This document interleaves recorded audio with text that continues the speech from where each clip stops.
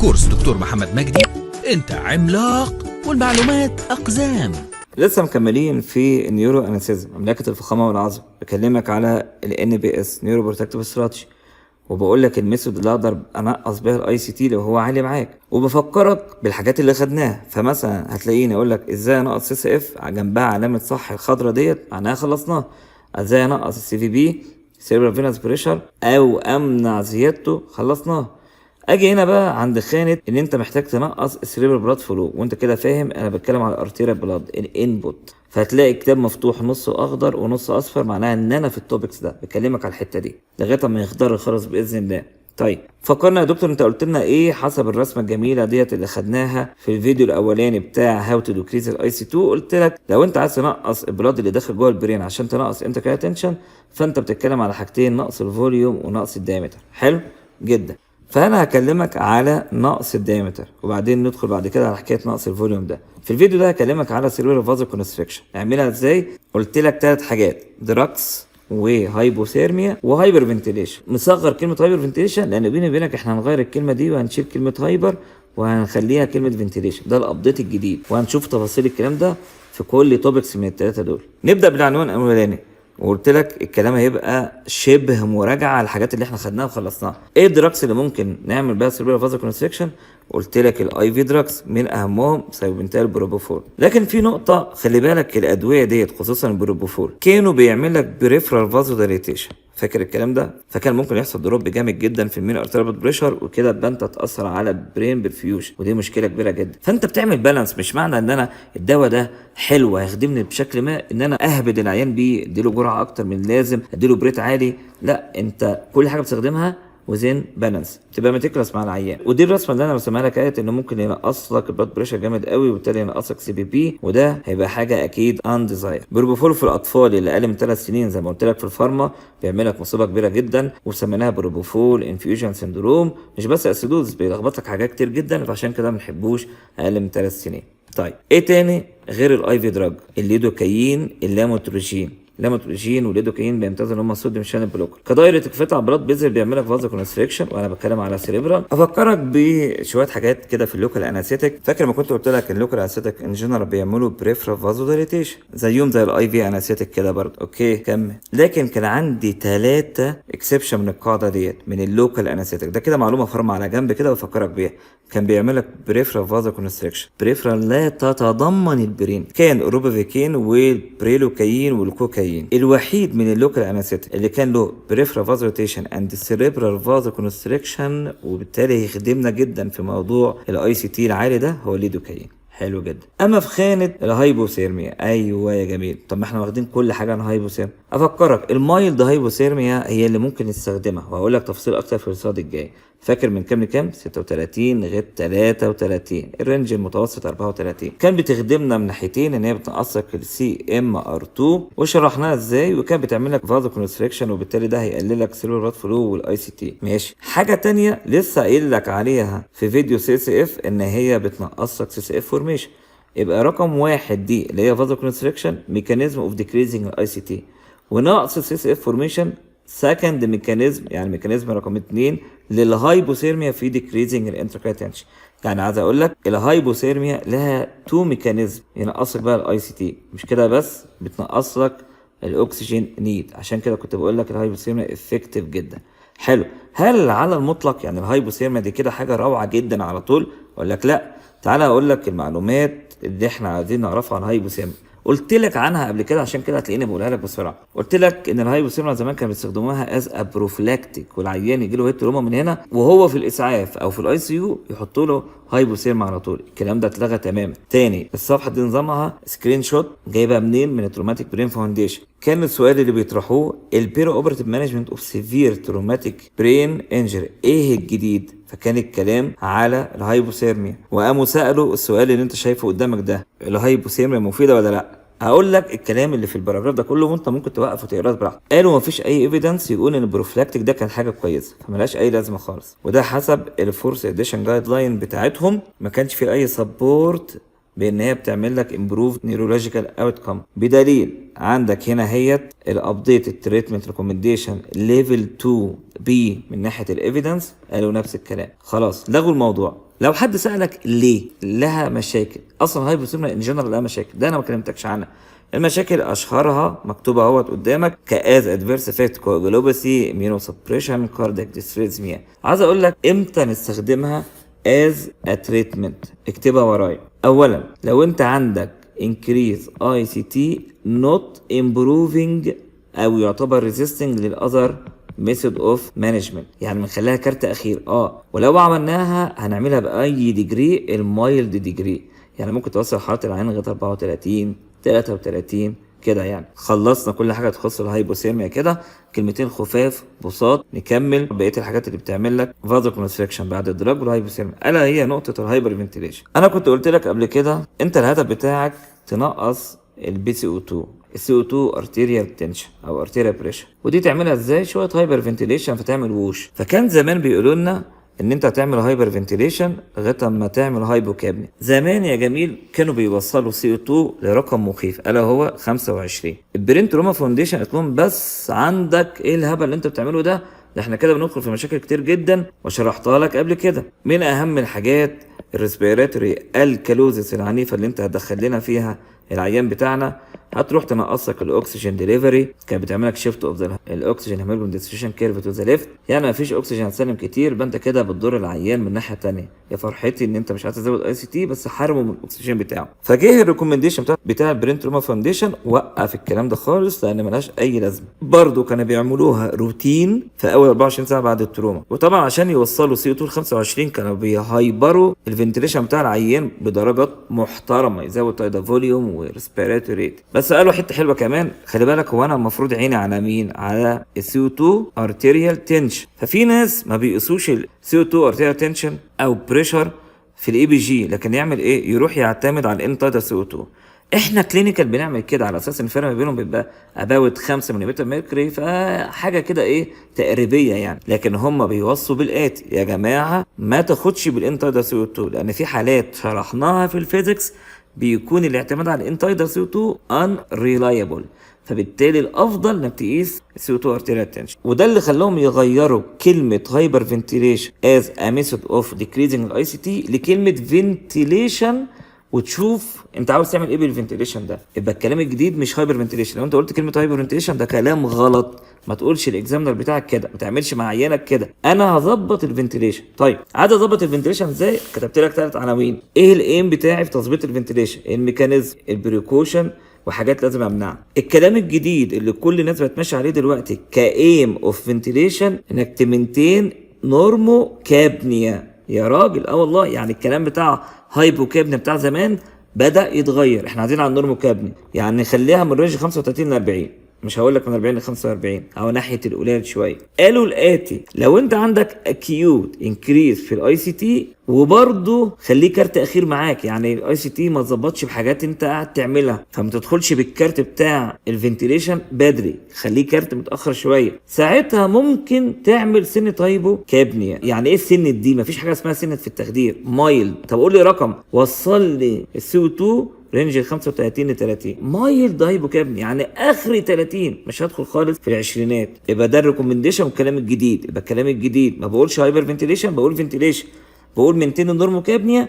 ولو عندك اكوت انكريس في الاي سي تي ريزيستنج الاذر ميثود اوف مانجمنت ممكن تعمل مايلد هايبوكابنيا لغايه كام؟ سي او 2 30 35. ده الكلام اللي هو شغالين بيه دلوقتي ابديتد. نكمل بقيه العناوين في خانه الفنتيليشن. قلت لك انا هقول لك ايم وعرفناه، وهقول لك ميكانيزم، وهقول لك بريكوشن. ميكانيزم اكيد مش هروح اعمل هايبر فنتيليشن ازاي؟ زود الار ار، زود التايدا فوليوم، العب عليهم كده لغايه ما توصل للتارجت بي او سي 2. لكن العنوان اللي انا اقصده الفاليو، يعني ليه هعمل هايبوكابنيا؟ طب ما احنا عارفينها.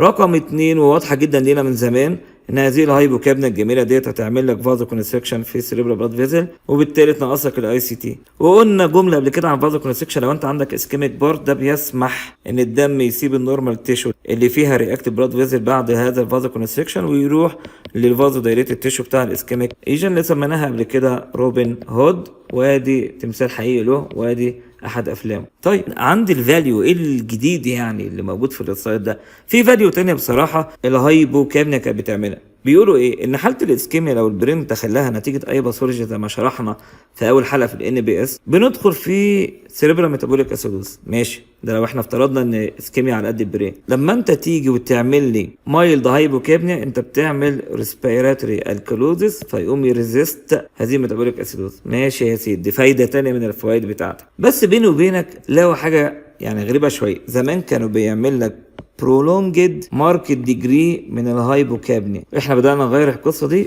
ولقينا حاجة تانية على كلمة prolonged دي. اللي بيحصل في العيانين دول بعد 48 ساعة يبدأ السي سي اف يزود البفرنج سيستم بتاعه، يزيد فيه البايكارب عشان يبدأ يكمبنسيت الميتابوليك اسيدوز. فاحتياجك ان السي او 2 يكون قليل از كومبنسيتوري ميكانيزم من الميتابوليك اسيدوز في البرين بعد 48 ساعه بيبقى ان افيشنت، اللي هو الفاليو الاولانيه اللي انا لسه قايل لك عليها دي. طيب يا سيدي، ندخل على اخر عنوان. ايه البريكوشن اللي انت بتعملها ديورنج الفنتيليشن اوف البيشنت ده لو انت عاوز تحقق الهدف اللي احنا اتفقنا عليه من تين النورموكابنيا او مايل ديجري من الهايبوكابنيا لو احتجتها في الاكيوت ستيت اوف انكريز انتركاتنشن؟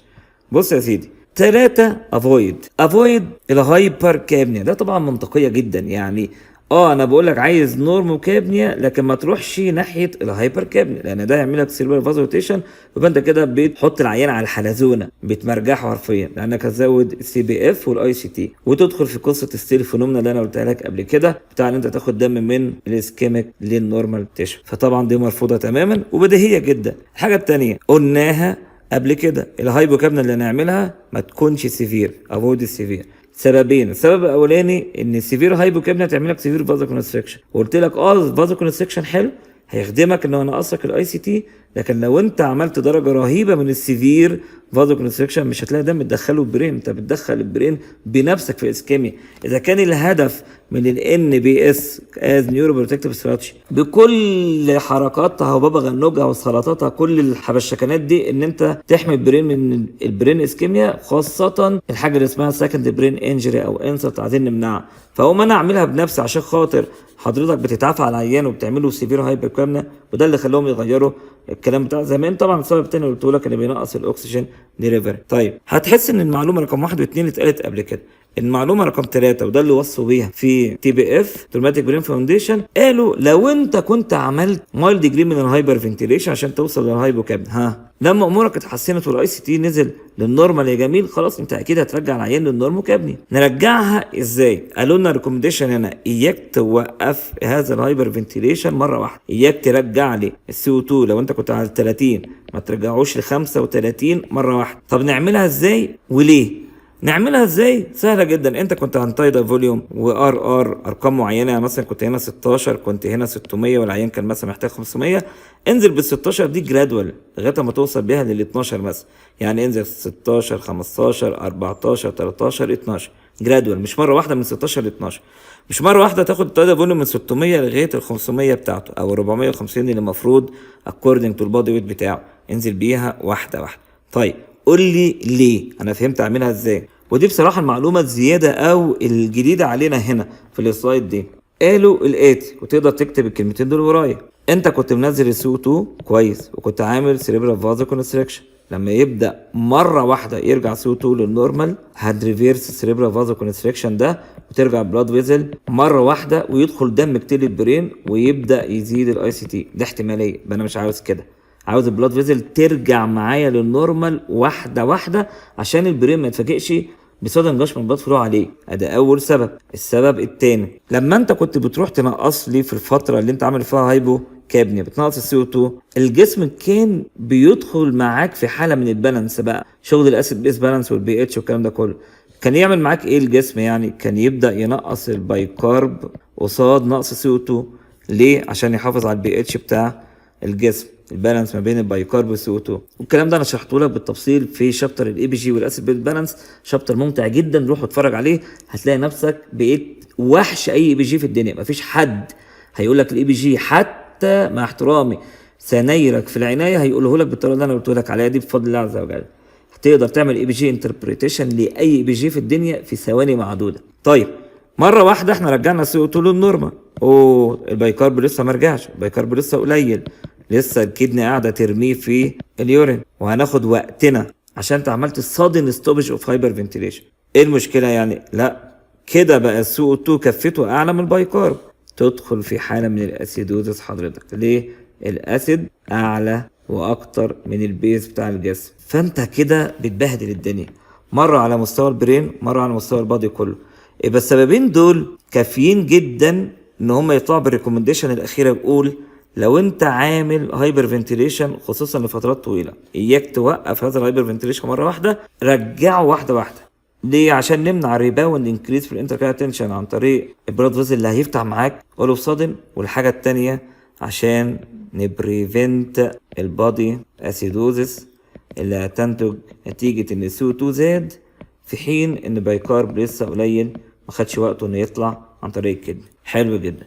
اخر سلايد معانا في موضوع الفنتيليشن، وده اخر حاجه بنختم بقى موضوع السيريبرال فازوكونستريكشن اللي عملناها عن طريق الهايبوثيرميا والدراكس والفنتيليشن. تلخيص للتكست بوكس كتير اتقدمت له بوصفه سحريه على طبق من ذهب ساعدته ينجز. ريكومنديشن يا سيدي من الجايد لاين النسخه الثالثه. هتقول لي مش احنا بنتكلم في النسخه الرابعه؟ هو عايز يقول لك ان نفس الريكومنديشن دي مستمره معانا بالنسخه الثالثه ومكمله معانا في الفورث اديشن. 3 ريكومنديشن 1 2 3 كده في اللذيذ يا رايق. احنا اتفقنا ان هذا الهايبر فنتيليشن وهذا الهايبو كابنيا ده مجرد حاجه تمبورايزنج في الريدكشن اوف اليفيتد اي سي تي، خصوصا لما يكون اكيوت وخصوصا لما يكون ريزيستنت تو الاذر تريتمنت فورمز. ماشي، معلومه عارفينها. المعلومه الثانيه خطيره جدا يا شباب. بص، افرض انا عندي عيان عنده السيريبرال بلاد فلو بتاعه مش ريديوز، لا كريتيكالي ريديوز. احنا دخلنا في الكريتيكال سيريبرال بلاد فلو اللي هو كان اقل من 25 مليلتر بير 100 جرام بير مينيت.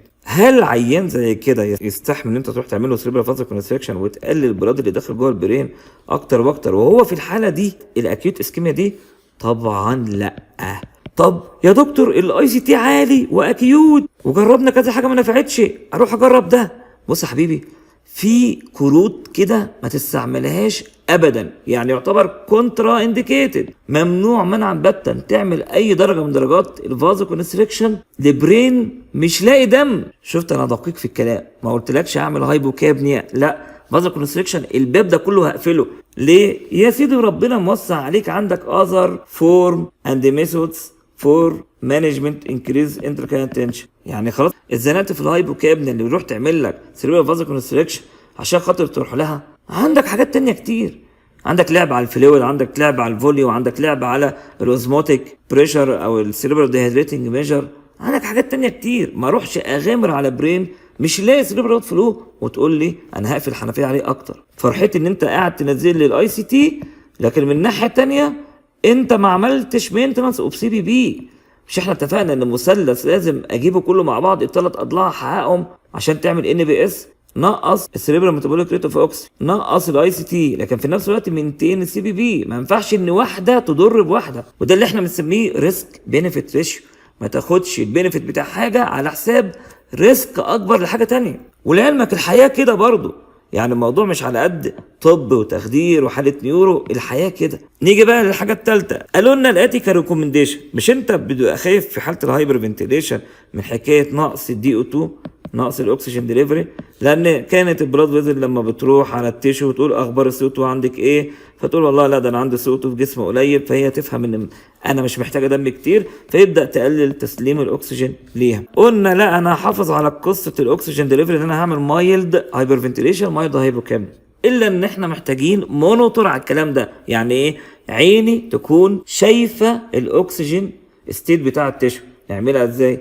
قالوا ممكن في المونيتورنج اوف برين اوكسجينيشن حاجات كتير هتيجي في فيديو قادم باذن الله. روح شوف لي الاكسجين ابتيك او كونسبشن. طب نعملها ازاي؟ احنا كنا بنشوف واخدين اكسجين في الارتيريال بلاد اللي هو ديليفري قد ايه، كروكي كده عشان للتسهيل. كنا واخدين 5 اكسجين في الارتري، التيشو خد 2، اتبقى كام في الفين؟ 3. الفين ده اقدر اقيس الاكسجين ساتوريشن فيه وبالتالي يديني اندكس عن الاكسجين ابتيك. ايه رايك تروح تقيس لي الاكسجين ساتوريشن في الجاجولار فين؟ وكلمنا عن القصه ديت بتفاصيلها في الفيزيكس. الكلام ده يعني عليه ايفيدنس؟ لا طبعا، ده جاست ريكومنديشن. هل لها دور قوي؟ لا مش قوي. قالوا انا ممكن هعمل حاجه تانية، ايه رايك ان انا ادخل بجهاز يقيس لي الاكسجين تنشن جوه البرين تيشو؟ ده ينفع؟ عملوها، يسموها ايه؟ الاكسجين بارشال بريشر ان برين تيشو. ادي كلمه بي تي يعني برين تيشو، والبي اللي هو بارشال بريشر اوف اوكسجين، على اساس حاجه بتمونيتور الاكسجين ديليفري في الاخر للبرين يعني عند ابتيك. طيب يا سيدي، شكرا للريكومنديشن بتاعتك دي ولا دي ولا دي.